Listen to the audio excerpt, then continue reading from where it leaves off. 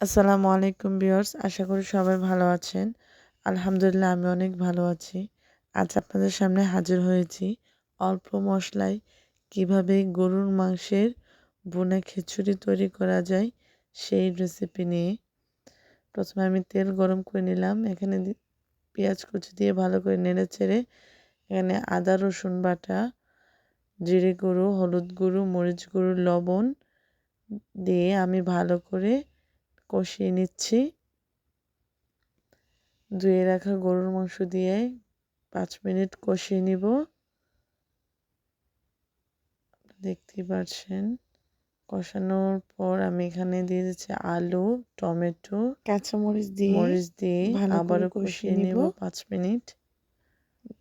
ধুয়ে রাখা চাল ডাল এখন ধুয়ে রাখা চাল ডাল দিয়ে দিব। একটা গাজর কুচি দিয়ে দিব, অপশনাল। এখন পরিমাণ মতো পানি দিয়ে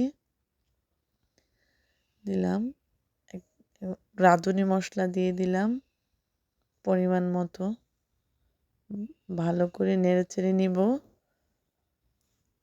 5 মিনিট পর আপনারা দেখতেই পাচ্ছেন আমার প্রায় পানি শুকিয়ে গেছে। এখন আমি ধনেপাতা দিয়ে 5 মিনিট পর পর নেড়েচেড়ে নিব। দেখতেই পাচ্ছেন কত সুন্দর একটি খিচুড়ি হয়েছে, খেতে ভীষণ স্বাদ হয়েছে।